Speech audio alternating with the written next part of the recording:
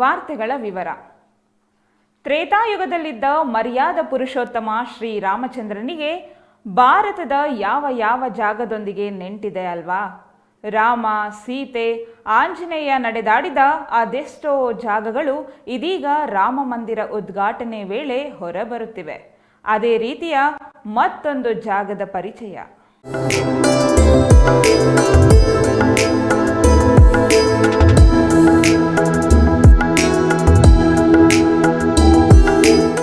ಸ್ವತಃ ರಾಮನೇ ಪ್ರತಿಷ್ಠಾಪನೆ ಮಾಡಿದ ದೇವಾಲಯಗಳು, ಬಾಣಬೆಟ್ಟು, ನೀರು ಹೊರತಂದ ದೊಣೆಗಳು, ಸೀತೆ ಹೆಜ್ಜೆಯೂರಿದ ಸ್ಥಳಗಳು ಅಷ್ಟೇ ಅಲ್ಲ, ರಾಮಾಯಣ ಕರ್ತೃ ಸಾಕ್ಷಾತ್ ವಾಲ್ಮೀಕಿ ಮಹರ್ಷಿಯೇ ನೆಲೆಸಿದ್ದ ಜಾಗಗಳು ಒಂದೇ ಎರಡೇ, ಎಲ್ಲವೂ ರಾಮಮಯ.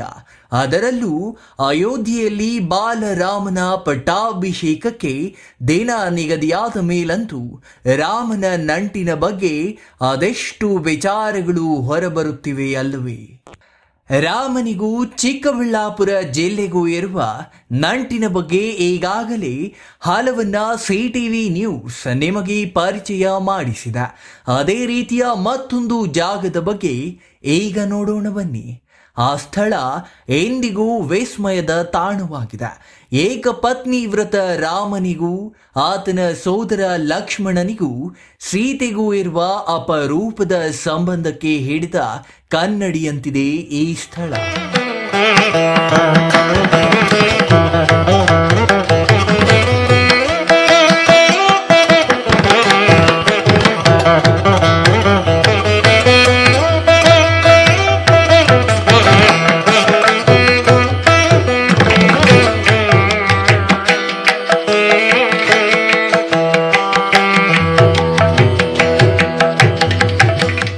ಶ್ರೀರಾಮ ಲಕ್ಷ್ಮಣರು ಸೀತಾ ಸಮೇತರಾಗಿ ವನವಾಸ ಮಾಡಿದ್ದಕ್ಕೆ ಸಾಕ್ಷಿಯಾಗಿದೆ ಶ್ರೀ ಕ್ಷೇತ್ರ ಕೈವಾರ ಬೆಟ್ಟ.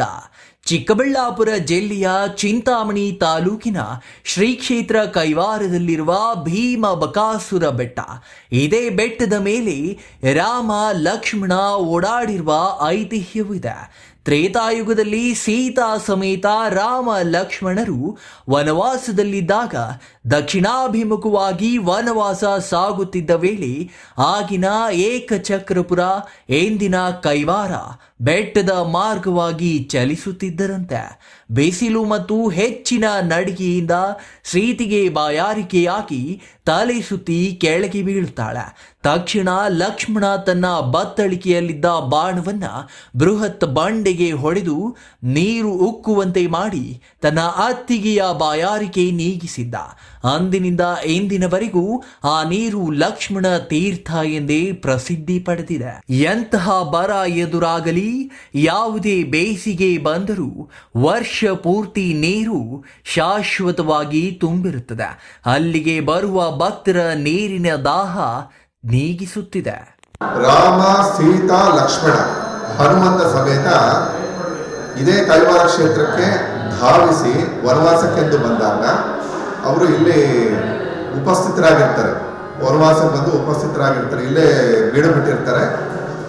ಇಲ್ಲಿ ಒಂದು ಭೀಮನ ಬೆಟ್ಟ ಇದೆ, ಇಲ್ಲಿ ಒಂದು ದೊಡ್ಡ ಬೆಟ್ಟ ಇದೆ.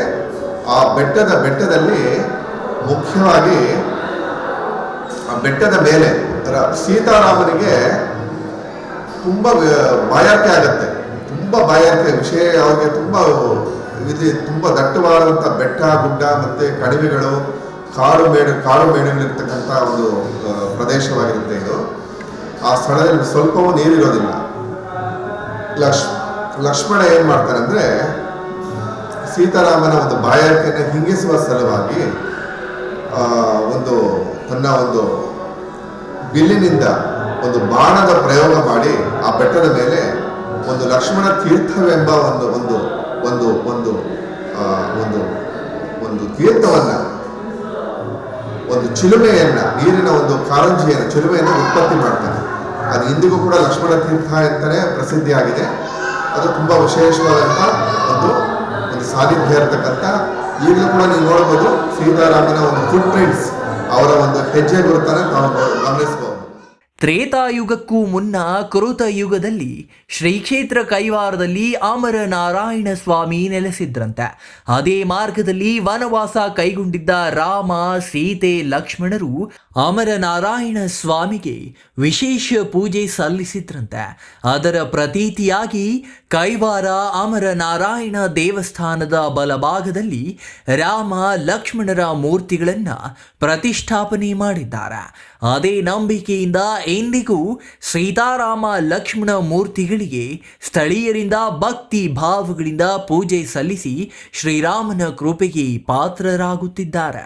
ಒಟ್ಟಾರೆ ಅಯೋಧ್ಯೆಯಲ್ಲಿ ಬಾಲರಾಮನಿಗೆ ಪ್ರಾಣ ಪ್ರತಿಷ್ಠಾಪನೆಗೆ ಕ್ಷಣಗಣನೆ ಆರಂಭವಾಗಿದ್ದು, ಕರ್ನಾಟಕದ ಚಿಕ್ಕಬಳ್ಳಾಪುರ ಜಿಲ್ಲೆಯಲ್ಲಿರುವ ರಾಮ ನಡೆದು ಬಂದ ಹೆಜ್ಜೆ ಗುರುತುಗಳನ್ನು ರಾಮನ ಭಕ್ತರು ಮೆಲುಕು ಹಾಕುತ್ತಿದ್ದಾರೆ.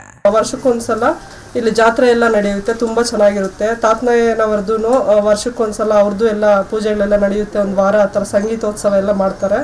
ಎಲ್ಲರೂ ಯಾವ ಕಡೆಯಿಂದನೂ ಬಂದು ಎಲ್ಲರೂ ದರ್ಶನ ಮಾಡ್ಕೊಂಡು ಹೋಗ್ತಾರೆ. ನೈಟು ಇಲ್ಲಿ ಸ್ಟೇ ಆಗೋಕ್ಕೆ ತಾತನಯ್ಯರ ದೇವಸ್ಥಾನದಲ್ಲೂ ಸಹ ರೂಮ್ಸ್ ಇದೆ, ಮತ್ತು ಅನ್ನದಾನ ನಡೀತಾನೆ ಇರುತ್ತೆ.